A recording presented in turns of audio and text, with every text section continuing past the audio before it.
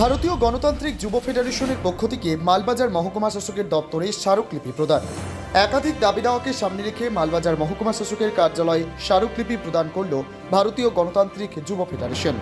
বৃহস্পতিবার দুপুরে Malbazar bus stand এলাকায় একত্রিত হয়ে ডিওয়াইএফআইয়ের কর্মী সমর্থকরা সেখানে থেকেই তারা মিছিল করে মালবাজার মহকুমা শাসকের কার্যালয়ের সামনে উপস্থিত হয়। সেখানে চলে বিক্ষোভ কর্মসূচি। তাদের দাবি, অবিলম্বে মালবাজার থেকে বরদিঘি হয়ে ক্রান্তি যাওয়ার পথে চেল নদীর ওপর সেতু নির্মাণ করতে হবে। আপালচাঁদ ফরেস্ট লাগোয়া মেচপাড়া পর্যন্ত চেল নদীতে বাঁধ নির্মাণ করতে হবে। ক্রান্তিতে ব্লক হাসপাতাল নির্মাণ, এছাড়াও ক্রান্তি ব্লকে বিএলআরও কার্যালয় নির্মাণ করতে হবে। এদিন সমস্ত দাবি দেওয়া সম্মিলিত একটি দাবিপত্র মহকুমা শাসকের হাতে তুলে দেয় ভারতীয় গণতান্ত্রিক যুব ফেডারেশনের সদস্যরা। অপ্রীতিকর ঘটনা এড়াতে মহকুমা শাসকের কার্যালয়ের মূল ফটকের সামনে উপস্থিত ছিল মাল থানার বিশাল পুলিশ বাহিনী। এদিনের এই কর্মসূচিতে উপস্থিত ছিলেন জলপাইগুড়ি জেলা সভাপতি অর্পণ পাল, জেলা সম্পাদক বেদব্রত ঘোষ, রাজ্য কমিটির সদস্য দেবপ্রসাদ রায়, নির্মাল্য বাগচি সহ অন্যান্যরা। প্রথম তো ডেপুটেশন ছিল না, অভিযান ছিল। প্রশাসন আমাদের জমায়েত দেখে বারংবার অনুরোধ করেছে। আইসি সাহেব নিজে আমাদের নেতৃত্বদেরকে ফোন করেছে যে আমরা যেন কোনো অপ্রীতিকর পরিস্থিতি তৈরি না হয়, তাদের কাছে ফোর্স নেই। মূলত আমরা একটা গণতান্ত্রিক পরিকাঠামোর মধ্যে চলতে চাই। যে গণতন্ত্র পশ্চিমবঙ্গ থেকে চলে গেছে, সেই গণতন্ত্রকে আবার ফিরিয়ে আনাটাই ভারতের গণতান্ত্রিক যুব ফেডারেশনের লড়াই, দাবি।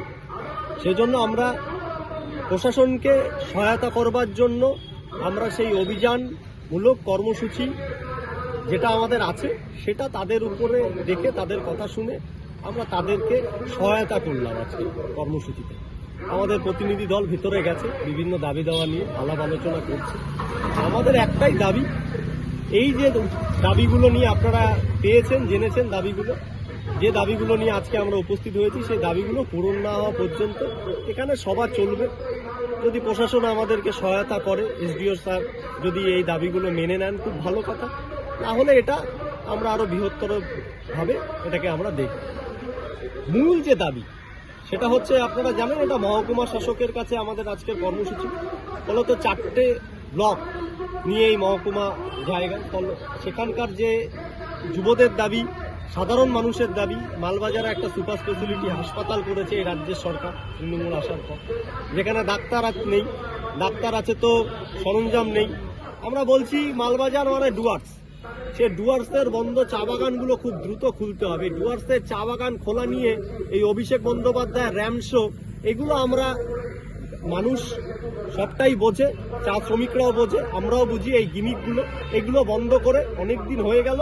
এবার বন্ধ চা বাগানগুলো খুলতে হবে এবং বন্ধ চা বাগানে বসবাসকারী যে যুবকগুলো যারা কাজের হতাশায় পরিযায়ী শ্রমিক হতে বাধ্য হচ্ছে, তাদের কাজের ব্যবস্থা করতে হবে, নিশ্চয়তা দিতে হবে।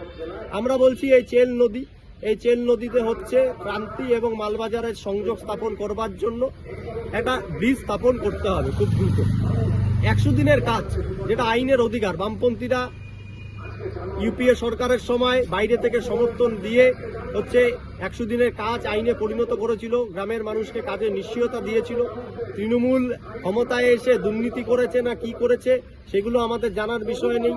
বিজেপি সেটা নিয়ে কি রাজনীতি খেলছে সেটা আমাদের জানার বিষয় নেই। আমরা যেটা জানি, 100 দিনের কাজ হাইকোর্ট নির্দেশ দিয়েছে, সুপ্রিম কোর্ট নির্দেশ দিয়েছে, অবিলম্বে 100 দিনের কাজ চালু করতে হবে এবং এই 100 দিনের কাজে গ্রামের যুবকদেরকে সেখানে কাজ তাদের দিতে হবে। আমাদের দাবি যে এই চা শিল্প এবং পর্যটন ব্যবস্থা, এটাকে নিয়ে রাজ্যের এবং কেন্দ্রীয় সরকারের দৃষ্টি নিক্ষেপ করা এবং এই দুটো বিষয়কে পাঠ্যপুস্তকের মধ্যে নিয়ে আসা।